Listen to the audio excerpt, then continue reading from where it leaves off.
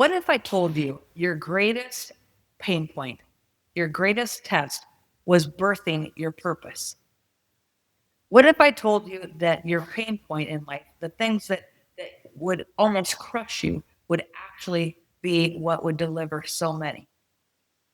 What if I told you that you are on this earth for a purpose?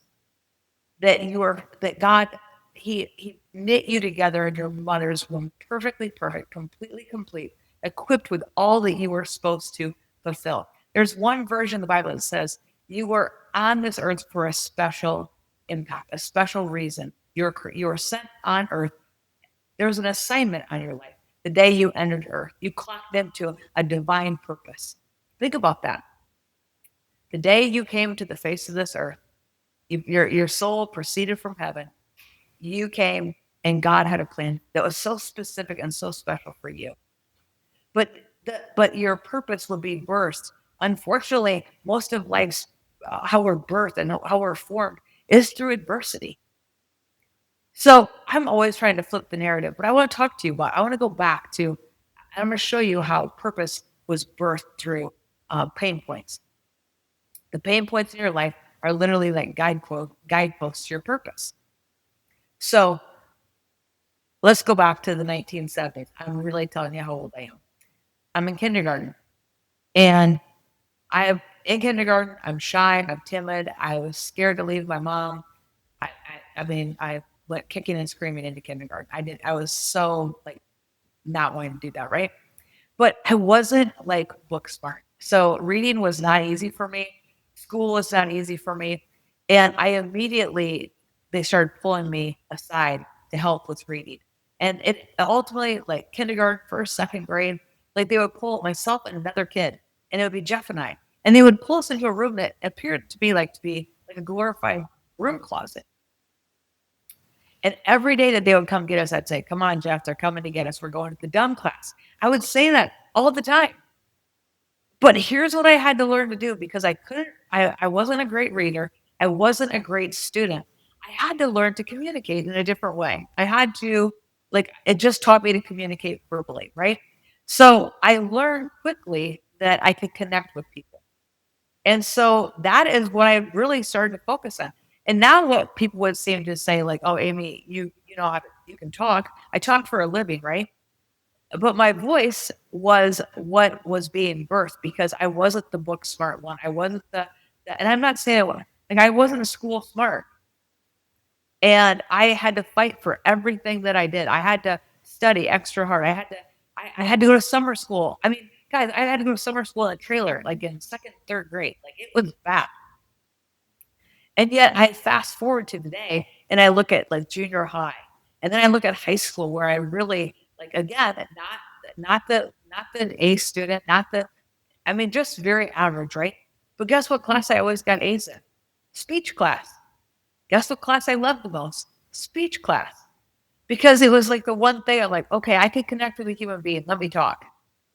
And all the extemporaneous speaking that I would do, like I would get great scores on it. And they'd be amazed back then because it's like, really? This is your first time speaking in speech class, and this is the scores you got, and I'm not reading from anything. I'm not mapping it out. I just got it in my head.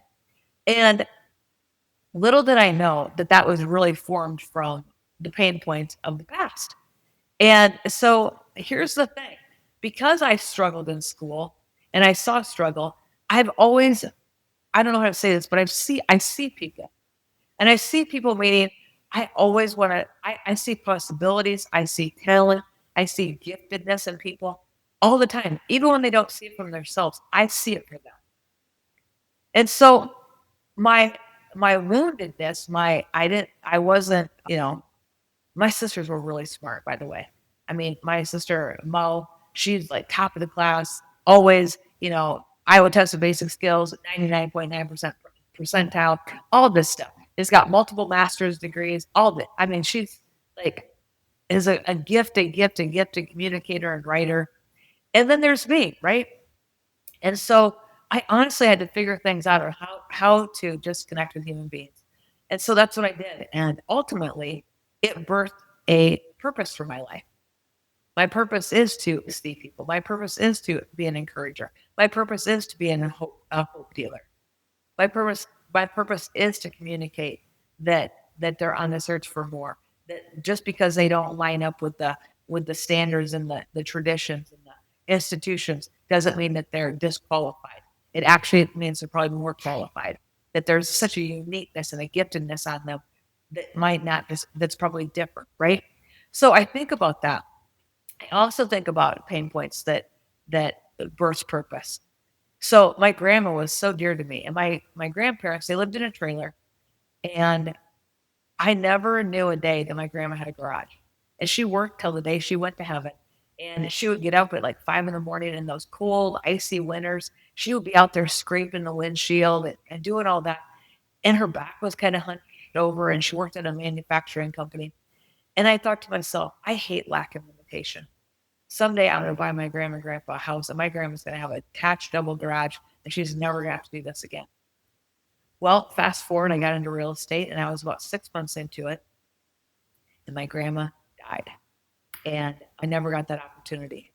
And I was so disappointed because I was like, if I could have just had another 6 months, I could have made that dream a reality for her. But it did lack something deep in me. I hate lack of limitation.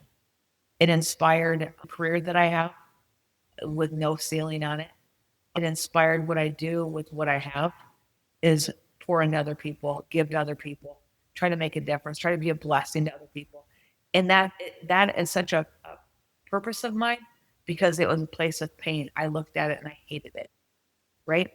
And so much of our purpose in life doesn't look like it's some big special moment. It's not like this aha moment. It's a progressive thing. You walk into purpose in greater and greater measure. The Bible says you go from glory to glory, right? You are literally on the progressive path of purpose. And about 5 years ago, I really locked into what am I on this earth to do? What is the significant thing that I'm here to fulfill? I don't want to miss one thing that I'm supposed to accomplish. I don't want to miss one touch that I'm supposed to release to the world. I don't want to miss any opportunity to be a blessing and to create impact in my world. And so I started looking at that, and that was like a sobering thing for me because it often happens in the turns. You get more committed and more focused on your purpose on this earth at the turns. And what do I say by the turns? Those life points, those life gates, the significant happenings in your world that set the course for who you are. Many of you might remember, since you've been great listeners and great followers of this, my friend Terry Trask, who talked about, I have a podcast with her, look it up. It's great if you haven't listened to it. But she talked about how when she was growing up, that she'd be in the lunchroom and they would have to sit separate and they were considered the stinky kids. Well, fast forward, she goes on to become a principal, right? And the school that she takes over becomes a lighthouse leader in May school. The atmosphere is like she created such a culture of encouragement and building up. And she said, I never wanted any kid to ever feel like they were the stinky kid. That pain produced a purpose for her. And I think so much of our life is that pain points produce purpose and they're in the turns. And so those life gates, if you let them work in you, produce greater and greater fruit. I always say to people, the greater the obstacle, the greater the adversity that you've walked through. And I'm not saying, hey, none of us love adversity. None of us love pain points. None of us love any of that. But it has its work in us. And if we let it have its work in us, it produces an oiliness, a stickiness, meaning that when I talk with people, that because I've walked the walk, I've talked the talk, I've walked through adversity and not stayed on the other side of it. I've walked through. You're sticky. You have words that actually matter. It's not just talk. It's actually true. And it actually has the power to heal, to deliver, to help someone carry them through the finish line. It makes you oily, right? So your pain and your refinement of your walking in purpose makes you more and more attractive, more and more qualified to help more and more people. So I always say this: who am I on this earth to impact? It's the person I used to be. It's the person that it's the person where, oh yeah, I've walked through that. I know that. I can help you. And guys, the more life happens, the more you walk through things, the more of a chiseled weapon you become in the hands of God. And I say that because so much of walking in your true purpose and your true gifting in life is in the day, it's in the daily routines. It's in the dullness of life. It's in the minutia of what we do in our daily activities. But when you get locked in to purpose, and every day you're about making an impact, every day you're intentional about being the most potent you that you can be on the earth. You're letting like the effects of time and patience have its perfect work in you. But you become so sticky and so much more effective and so much more powerful to impact other lives, right? But that's found in the daily. It's walking into Starbucks. How do I make an impact? It's walking into Target. It's meeting with it's talking to and engaging with the cashiers. It's talking with the hosts and hostesses at a restaurant you head out to. It's that. It's being intentional in your focus and intentional in your purpose. Many of you know my dear friend Ruth Ann Polston went to heaven a few months ago. And man, did that woman teach me about purpose. She lived her life on purpose with intention. And she showed me and demonstrated that to me at the highest level till she took her dying breath. She was on purpose. Literally till the day before she went to heaven. I talked to her and she said, Amy, I woke up today and I'm like, God, what is my purpose? Who can I serve today? Guys, this is 24 hours before going to heaven. And every time, it was always to make a difference in another human being, always to make their day better, always to be a blessing, always to serve. And here's what I would say to you. Don't you owe it to the world to, if you've walked through challenge, if you've walked through difficulty, to actually help other people out with the same challenges? Don't you owe it to that? Don't you owe it to the people around you, to your family, to literally walk in the greatness that you're called to walk into? Sometimes I think that our conversations with ourselves, we belittle ourselves, we think small about ourselves, we don't understand who we are on this earth. And it's in that lack of identification on who we are in this earth that makes us not as effective and not as impactful. So I want you to really lock into the guideposts in your life. Go back. Think about it right now. Who were you as a 5-year-old, as a 10-year-old? What life events happened to you in high school, in college, in life? Maybe it's a divorce. Maybe it's a death of a loved one. Maybe it's the loss of a marriage or a spouse or health. Like, what is it? You have to look at those things as guideposts, indicator lights of what problem you're on this earth to solve. I have a good friend who always says, Amy, your purpose is your highest form of being, is your highest reason for being. What's your purpose? It's your highest reason for being. What is that? I know I'm a hope dealer. What are you? I know that I'm an encourager. What are you? I know that I'm someone who is always trying to lift others to see a bigger vision and a bigger future for themselves. What do? You have to look at yourself and say, what do I do? Maybe you're a strategic planner. Maybe you're a massive problem solver. And that's your gift to the world.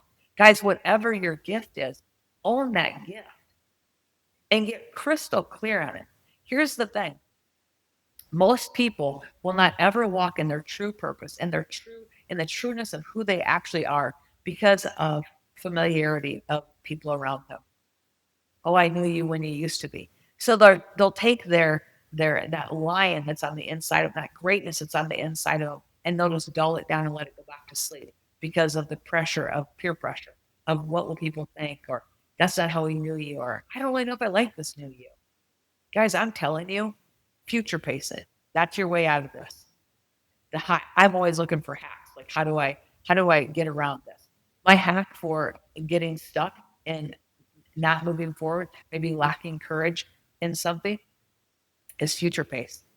And I go back and I go, at the end of my life, will I be filled with regret, or will I be filled with gratitude that I threw everything at the wall?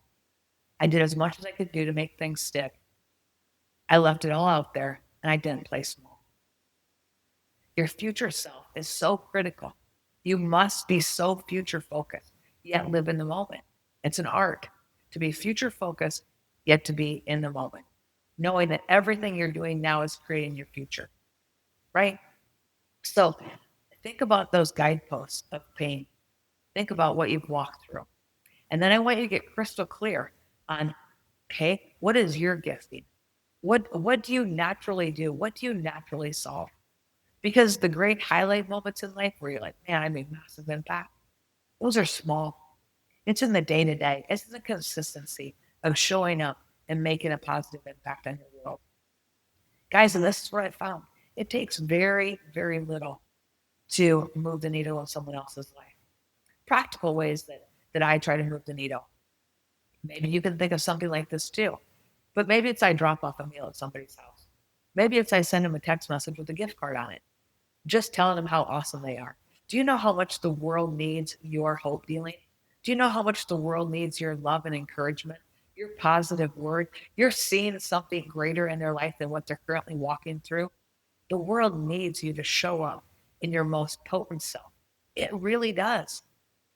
Because there's no one like you. There's no one that thinks like you, that has the same DNA as you, that has the fingerprint that you have, that has the voice that you have, that has the perspective and the experiences that you have. Use it, channel it, funnel it, and help other people. That's the life that wins. The life that wins is the life that impacts other people.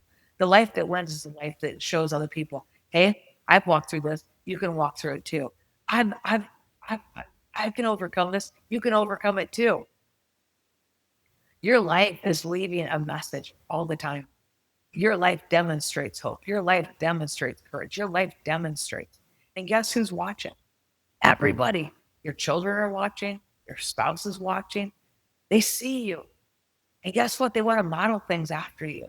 You have so much impact. Own it. Recognize it. Embrace it. Let it fuel you, right? Let it fuel your greatness. Let it fuel every conversation that you have. And remember this, life is fleeting. Get sticky. Get oily. Flip the narrative. If you've had bad things happen and challenge and adversity, don't sit in bitterness. Get back up. If you got sidelined with bitterness, sidelined with offense, sidelined with disappointment, get back up. Your future self and many generations, as well as many people, are counting on it. They need you to show up. They need to hear from you. This is real, guys. This is real. So know this, you're on this earth for great purpose. Look at your signposts. What am I walking through? What is the adversity I'm overcome? And embrace what you've gained from those things. Okay? My lack of, typical school skills made me be, I learned to communicate, with my voice. I learned to speak. I learned to connect with people. Things that couldn't be taught in a book, right? I learned to read a room. I learned to read the atmosphere. I can see people that are in struggle. I can lift them. I've been that person. I'm sure you've been that too. Figure out what your gifting is and literally just own it. Own it in every way. Go light your world with everything you walk through. Let every experience be used as a vehicle and a tool to light another's path. I promise you guys, it's a life that wins, the life of purpose. You can't go wrong with it. Know this, you truly are more. If you've liked this and it's been helpful to you, share it with a friend. Give us a 5-star review. I would love to hear your comments and your feedback. Be blessed.